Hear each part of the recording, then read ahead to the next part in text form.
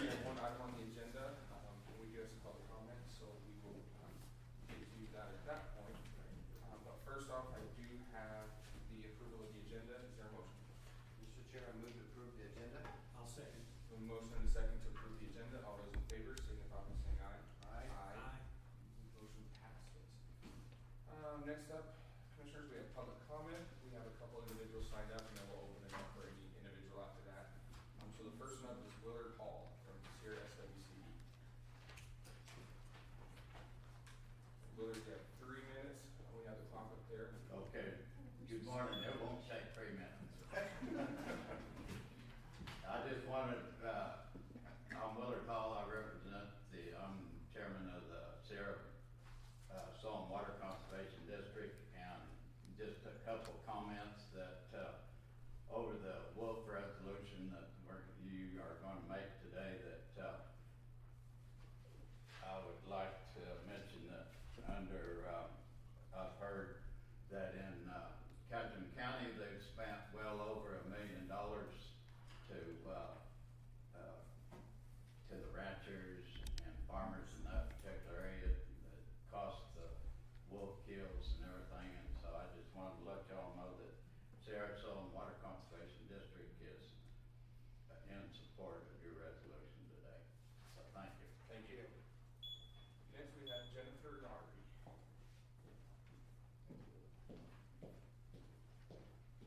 Good morning. Good morning.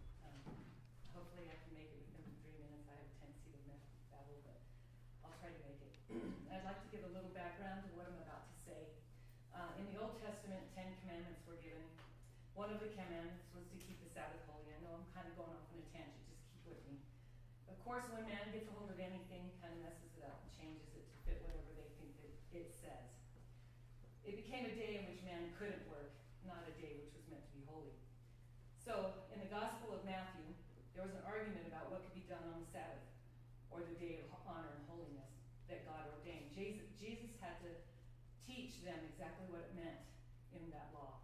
He entered the synagogue and saw a man with a withered or damaged hand. The Pharisees, ever watchful and ready to accuse Jesus of breaking their law, observed him closely to see what he would do. Before healing the man, which was a Sabbath, Jesus spoke these powerful words, and this is what I want to focus on. Of how much more value is a man than a sheep? His message was clear. Human life and livelihood are of greater worth than a rigid legalistic interpretation of God's laws. Now let's take it to modern days. We can replace sheep with any type of animal because Jesus' point was timeless. Yet in our modern world, I see a troubling parallel. When wolves attack our herds and anything is said about them needing to be controlled, public commentary, especially on social media, often includes threats against our lives. Some express such devotion to and even worship of the wolf that they wish death upon us, describing it in vivid detail of how we should die. Others dismiss our work entirely, suggesting we should lock all our cattle in barns at night. That's funny. Patrol around the clock. That's impossible. Or abandon public lands altogether, revealing a deep misunderstanding of our nation's laws in how land use and stewardship is supposed to be.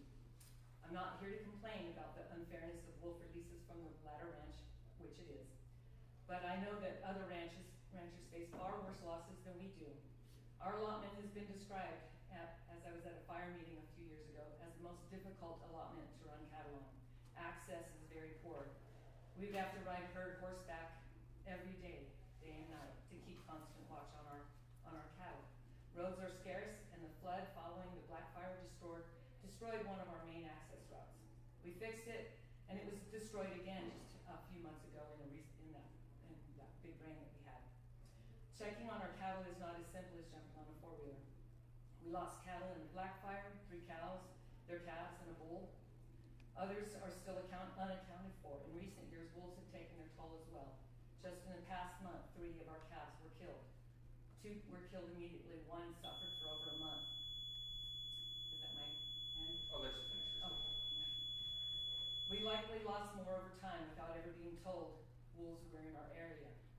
For a long time, we weren't told that there were wolves. And we did lose a lot of cows, but we never found them, so we couldn't account for any of them.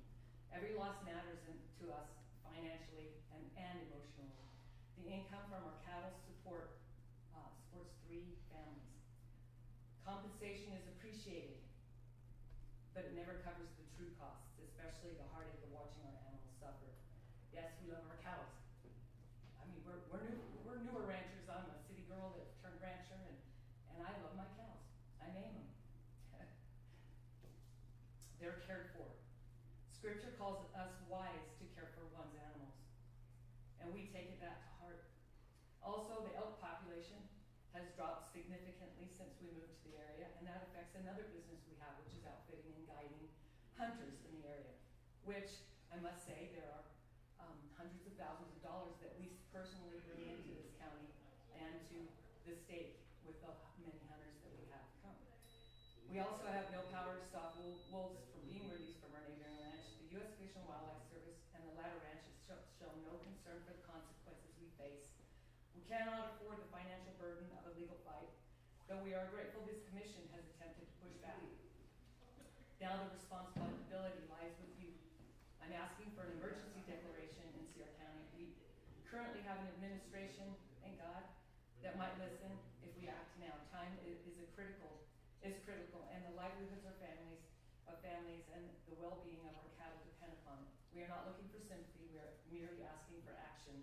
This is not choosing between wildlife and ranchers. It is about restoring balance and protecting the people who feed this nation.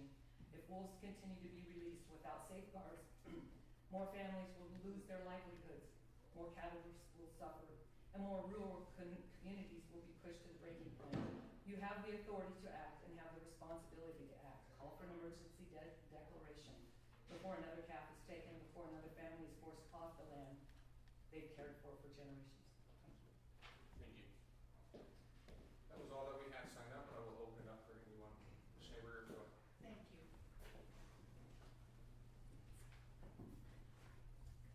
Good morning. Thank you for having this meeting. I'm here today to represent the New Mexico Federal Lands Council. We made a trip to DC in June, and I think we've made quite a bit of progress up there. We are certainly dealing with a much more favorable administration. This is one of the things that we were able to hopefully accomplish. I'm just going to read it. Okay? The persistent challenges confronting our rural communities require a coordinated strategic response, especially as we continue to address the complex repercussions of recent environmental disasters. Black Fire, Black Post, Black Fire flooding is still going on. Ranchers throughout the western region of the county are enduring substantial hardships still, resulting from not only natural calamities, but also from the ongoing wildlife management concerns. As these circumstances escalate, it's imperative for county officials and stakeholders to collaborate on effective measures to mitigate impacts and to secure essential relief for those most affected. The regional appointee for the Trump administration for the Small Business Administration will visit us September 9th through the 12th to conduct hearings about the impacts of the Mexican wolf on ranchers. Ranching operations have experienced increased costs and losses due to wolf activity. The initial meeting is scheduled for September 9th in Winston. I got that information yesterday. The county representatives are invited to attend. Additional details will be provided as the dates approach. Ranchers in the county continue to face ongoing challenges following the Black Fire and subsequent funding. The release of the large pack of Mexican wolves into this affected area has the potential to be catastrophic. We already have wolves in the area. There may be as many as 20 uncollared wolves. My trail premises there are a lot. The issues we're dealing with right now are no fences, scattered cattle, rest rotation interruption, unresolved water damage. We're still having catastrophic flooding. We don't have our waters repaired yet. We don't have our fences repaired yet. It's almost impossible to keep the cattle where they need to be. We spend all of our time trying to gather cattle off of somewhere else and putting them back. So watching them with wolves is 50 times harder than it was before. We do our best and we do a lot.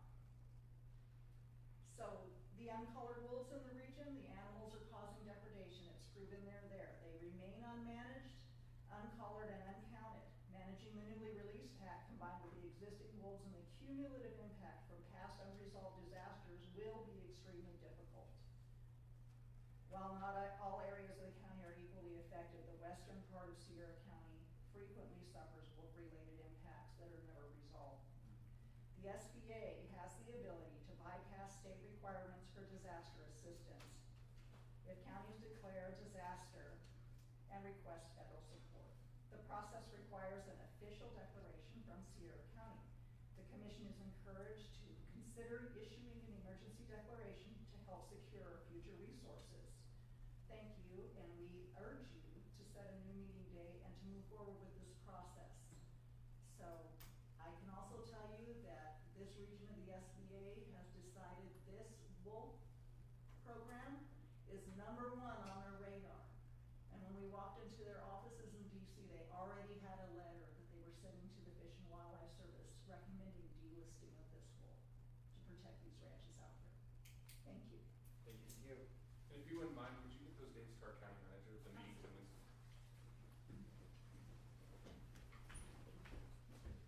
Thank you. Would anyone else like to give public comment? Last chance, no one? Okay, commissioners, we will go down to item 10, resolutions, ordinances, and proclamations. Resolution 2025-65, objecting to the release of Mexican wolves on the Ladder Ranch in Sierra County. And commissioners, if it's okay, before we get started, we have a comment and statement from Representative Gail Armstrong's office. And so if you guys are open, we can go and hear that first. Ms. Bartu, if you want to go to the podium. Thank you so much for the opportunity. Rebecca Bartu, State Representative Gail Armstrong's DLA. She apologizes for not being able to be here, and so this is her statement. Capturing Sapporo, Sierra, and Cibola and Alamo Nation, 5 vast areas in our state have declared emergency proclamations regarding record numbers of wolf kills and their safety. U.S. Fish and Wildlife Service decided to release the wolf Asha and her pack to the Ladder Ranch. This wolf Asha has a history of traveling hundreds of miles and has been tracked and recovered past Interstate 40. The statement from Fish and Wildlife Service, they are aware, they are working to address the concerns about potential negative impacts on ranchers from growing wolf populations. The release to the Ladder Ranch, which borders many other ranching allotments in the Gila National Forest, is just another example of how ranchers' cries fall on deaf ears, their plea for help unanswered. Here's the data that supports the facts, the frustrations, the impact of ranchers. 286 wolves roam New Mexico and Arizona. These are just collared. These are not the uncollared numbers. 1,166 livestock kills in New Mexico and Arizona confirmed. These are the totals, which means there's actually more because these are just the confirmed kills. These are not the ones they found too late or stated it was due to something else like a bear or a mountain lion. 80% of wolves are in Catron County. There are multiple states in the United States which wolf populations were not managed correctly by federal and state bureaucracies, and the consequences of those negative impacts on wildlife populations, ecosystems, ranchers, and hunters led to depredation hunts. A typical pack consumes 128 to 220 elk annually. That's 16 to 22 elk per wolf. These numbers can increase or decrease due to pack sizes. This is according to Yellowstone National Park's pack monitoring, which has been going on for years. Other states like New Mexico are California and Colorado, seeing large increases in kills and coming into more populated areas and killing domestic animals, such as Sierra County, California. How funny. Sierra County and Sierra County. Where Fish and Wildlife Services have literally witnessed a kill while they were investigating another kill in June of this year. According to news sources, their kills counted 27 alone in the month of March. Other states have already suffered due to the park increase of populations and now resort to season of depredation hunts and trapping. States that allow depredation hunts due to mismanagement of wolves are Idaho, Wyoming, Montana. In Wyoming, there's a long-standing policy of paying hunters if their hounds get killed or injured during hunts. In Idaho, you get reimbursed $500 to $1,000 per wolf, depending upon the unit, the time of year, and the method for the kill. There is also a wolf hunting and trapping event called the Wolf Summit in Harrison, Idaho, how to trap and hunt wolves. In Wyoming, there are zones where there are no bag limits for hunting wolves. Is this what the future of New Mexico holds? And how can our ecosystems, which much smaller herd populations, cattle industry, and communities sustain this? These states are all examples of consequences of federal and state agencies making decisions in the name of conservation, protection, range management, and species monitoring. Is this what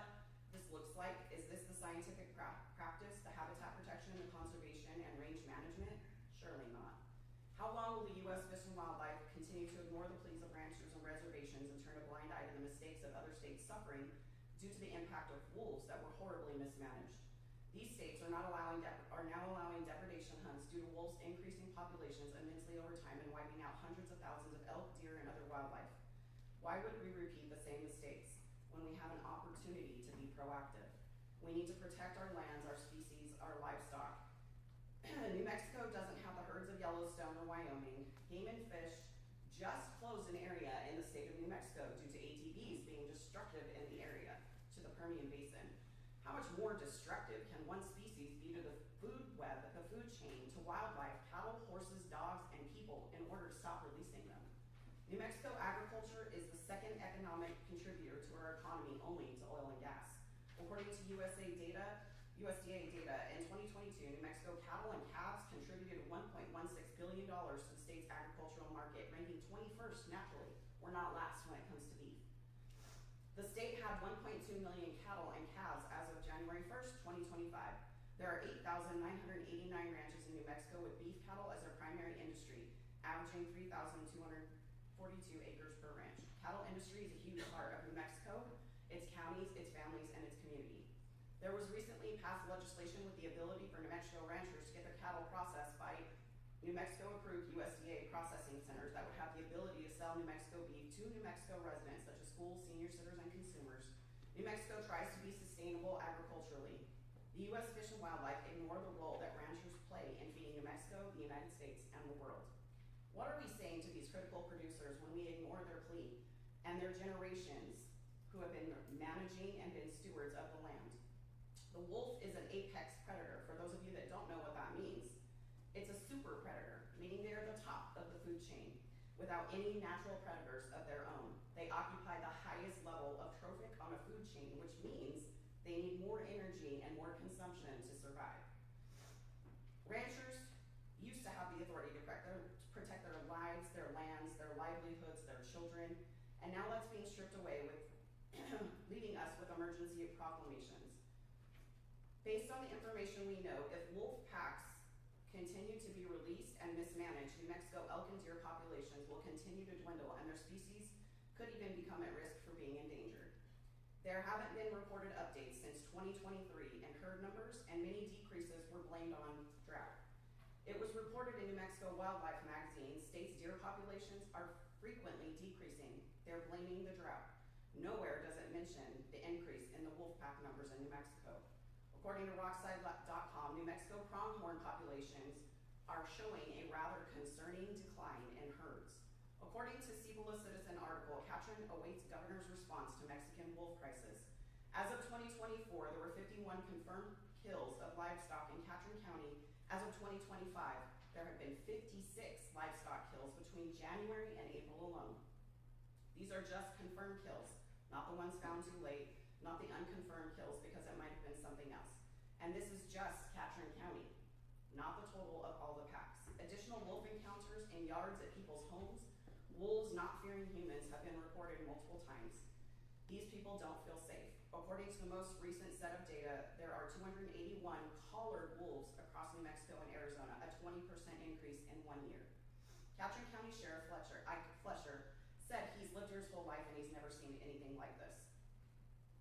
April 8th, Catron County passed a resolution declaring a public safety disaster.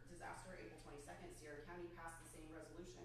April 24th, Cibola County passed the same resolution. May 13th, Socorro County passed the same resolution. And Alamo Navajo Nation has also passed the same resolution. After hearing about the crisis, establishing emergency proclamations, and listening to cries for help from ranchers and land stewards to manage their herds properly, knowing the data, knowing herds are dramatically decreasing in the state, knowing wolf kills are increasing overall, communities and families are communicating they're afraid and considering all these negative impacts on the 4 counties and the reservation. The answer from the U.S. Fish and Wildlife Service was loud and clear. They released a well-traveled wolf and her pack into Sierra County, into a ranch that borders other ranching allotments. We've heard their answer loud and clear. And the last question I'll leave you with today, and I'll let you figure out for yourselves, who are the wolves among us? Thank you. Hey,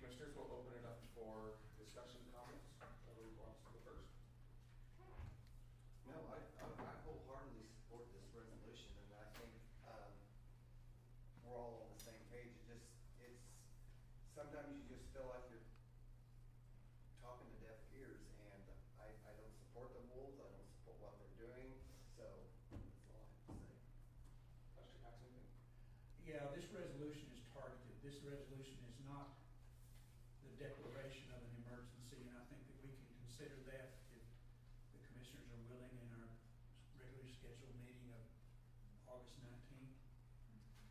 This resolution is to protest the backhanded, suspicious release of a pack of wolves that had been stopped. That release had actually been blocked.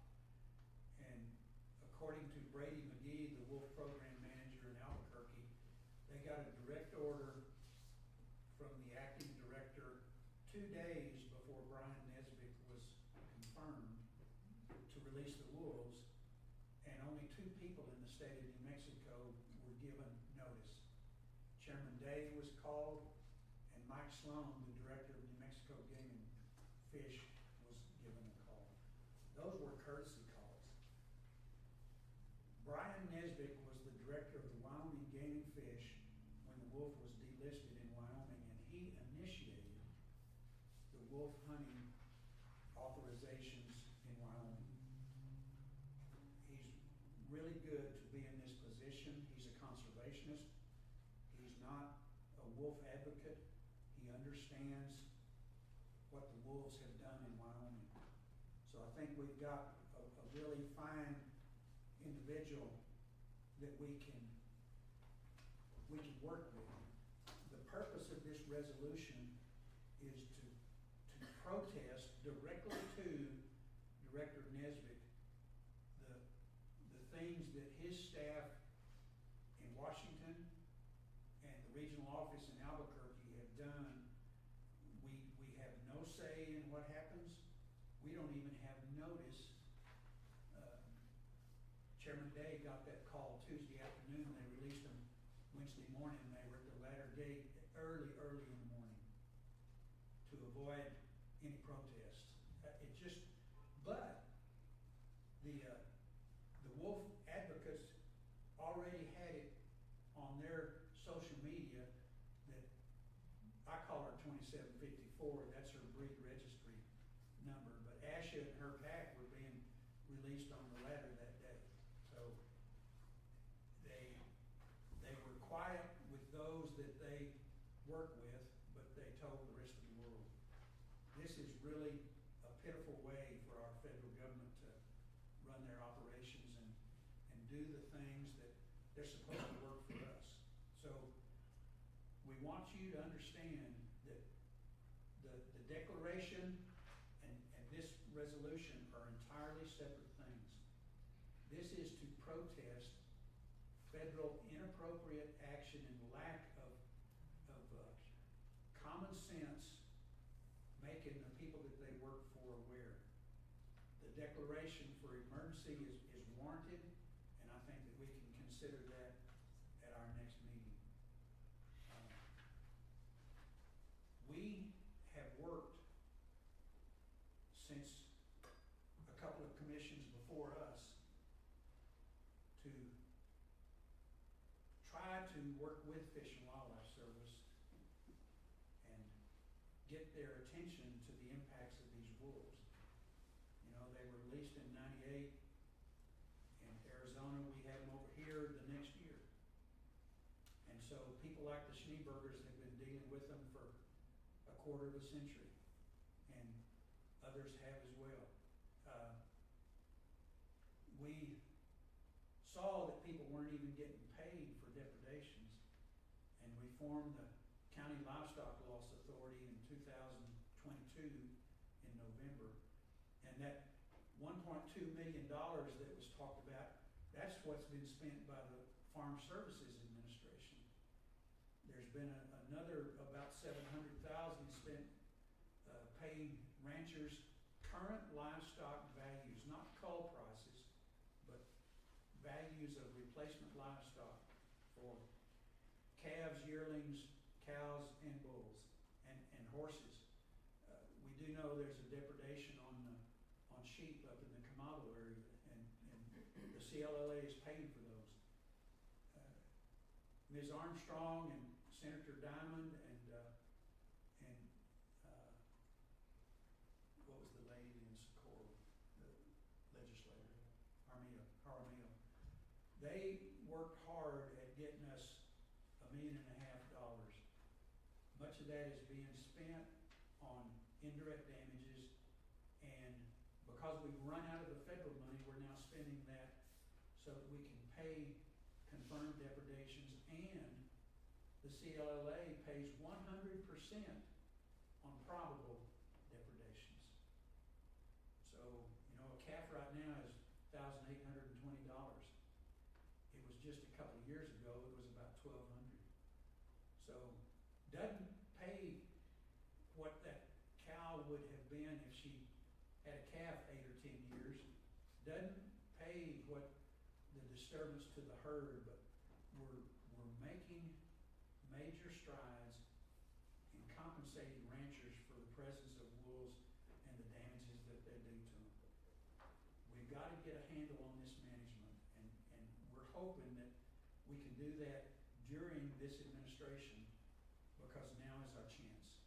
Thank you, Mr. Chair. Thank you, Commissioner Paxton, and I just wanna kinda echo what my commissioner is saying. I don't think there's any question that it's gonna be a 3-0 vote to pass the resolution. The one thing that did intrigue me was the emergency declaration for SBA. That's the first time I've heard that opportunity. And so I definitely think, for me, if there's a follow-up, I know we talk about emergency declarations, the ones that have passed. The reality of it is that needs a signature from the governor's office, and with the current administration in Santa Fe, it's just not gonna happen. But I think if there's an opportunity for some federal funding to come down, some federal assistance to come down, by us passing an emergency declaration, I think there's an opportunity there to help our folks out. And so, for that reason, I think we should discuss it, we should look at it, in the near future. I'm interested to see the September meeting in Winston, to see what's discussed there. But Commissioner Paxton said it right. I received a phone call Tuesday afternoon, basically saying it's gonna happen tomorrow. We're keeping it quiet, but just so you know, you're aware it's gonna happen tomorrow. It's, very disheartening, when you get a phone call and the conversation is, we're gonna do it. If you like it, if you don't like it, it's irrelevant, we're gonna do it. I also find it, and I've always found it very intriguing that they give these little cutesy names to the wolves. You know, and the reality of it is, and a lot of us in this room have seen the pictures of the damages that the wolves do. And I think it's worked in the past, and I think it's something that needs to be explored again, is the general public needs to see the reality of what happens out on the landscape. Whenever you see a cow with its back end eaten out, or a dead calf that's half eaten, and the general public sees that, that cute name doesn't look so good anymore. And so I think there's a campaign opportunity there to just put what's actually happening out to the general public. Because what they're hearing is, Asha, is this cute little wolf, they take pictures of it, it's so beautiful, it's majestic, right? But they don't see the other side of it. And so I think there's a lot of education that needs to be done to the general public about what's actually happening to the folks on the ground. And I hope that idea is rolled out in some sort of campaign, and whatever we can do to get that out, certainly we can help. But with that, commissioners, I think I know the vote, but I'll go ahead and take a motion on the resolution. Mr. Chair, I move that we approve Resolution 2025-65, objecting to the release of Mexican wolves on the Ladder Ranch. A second? I have a motion and a second to approve the resolution. All those in favor signify by saying aye. Aye. Aye. Motion passes. Commissioners, there's nothing else on the agenda, so I will entertain a motion to adjourn. Mr. Chair, I move to